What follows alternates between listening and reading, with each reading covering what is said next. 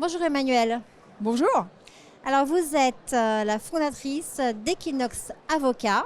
Il y a beaucoup de polémiques en ce moment sur le métier de travel planner versus celui d'agent de voyage. Alors quelle est la différence fondamentale entre ces deux métiers d'un point de vue juridique bien sûr? Je crois qu'il y en a une et c'est la plus importante.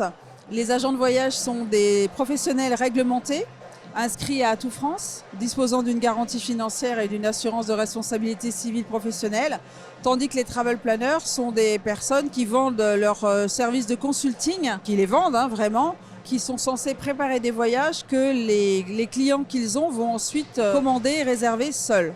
Très bien. Voilà la différence vraiment la plus fondamentale et qu'il ne faut jamais oublier.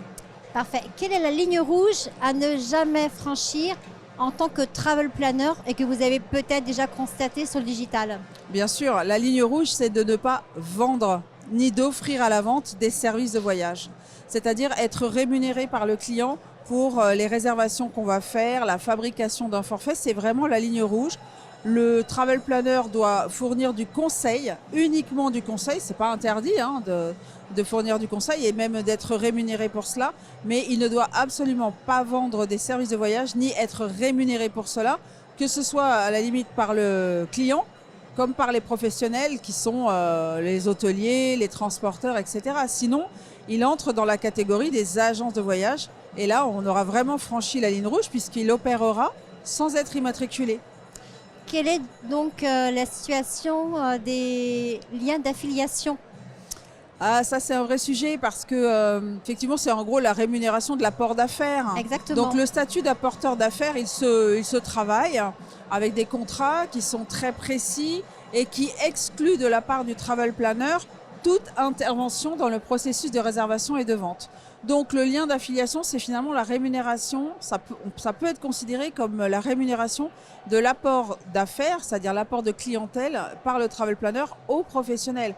Et c'est un vrai sujet parce qu'aujourd'hui, nombreux sont de toute façon les professionnels comme les agents de voyage ou les tour opérateurs qui travaillent avec des apporteurs d'affaires. La frontière est mince, elle n'est pas légalement tranchée, elle n'est pas juridiquement tranchée et on fait presque du cas par cas. Si vous étiez travel planner, prendriez-vous l'initiative d'envoyer ou pas des liens d'affiliation? Moi, personnellement, non. Par Non, sécurité. je ferai rémunérer mon conseil. Très bien, parfait, c'est clair.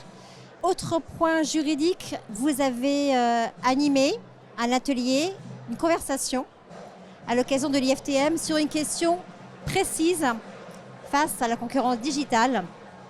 Doit-on faire payer les devis? Quelle est la réponse? Alors, j'ai participé à cette conversation et la réponse, alors moi, j'aurais changé le verbe. Ça n'est pas doit-on se rémunérer sur le devis, mais peut-on tout simplement faire payer les devis parce qu'il n'y a pas d'obligation, ce n'est pas un sujet qui est traité juridiquement, mais ma réponse c'est oui, on peut évidemment faire rémunérer le travail de préparation.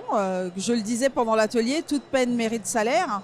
À partir du moment où les agents de voyage vont se réapproprier le conseil, qui justement peut-être ont constitué une brèche dans laquelle se sont infiltrés les travel planners depuis quelques années, ou les influenceurs, ou les coachs, ou les courtiers, ou les intermédiaires, appelons-les comme on veut.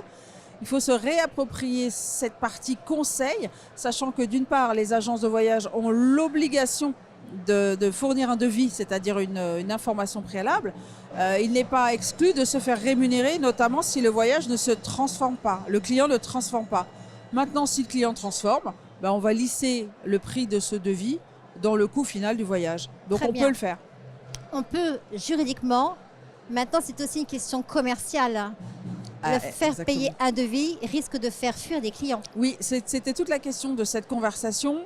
Donc il y a un juste équilibre à trouver entre, par exemple, les nouveaux clients, les clients qui viennent chasser du conseil et qui vont repartir sans jamais être clients de l'agence, les clients habituels auxquels on va peut-être pas faire payer le devis. Donc c'est vraiment souvent d'ailleurs la question est posée chez les surmesuristes, donc ils ont l'habitude du sur-mesure et ils vont évaluer le degré de tolérance de leurs clients selon la qualité du client. Oui, c'est du cas par cas. Si effectivement c'est un client fidèle et qu'il demande un dossier sur mesure très complexe, il va mesurer le temps que demande son dossier et il va peut-être accepter de payer un devis. Très bien, merci beaucoup Emmanuelle. Avec plaisir, merci Linda. Merci.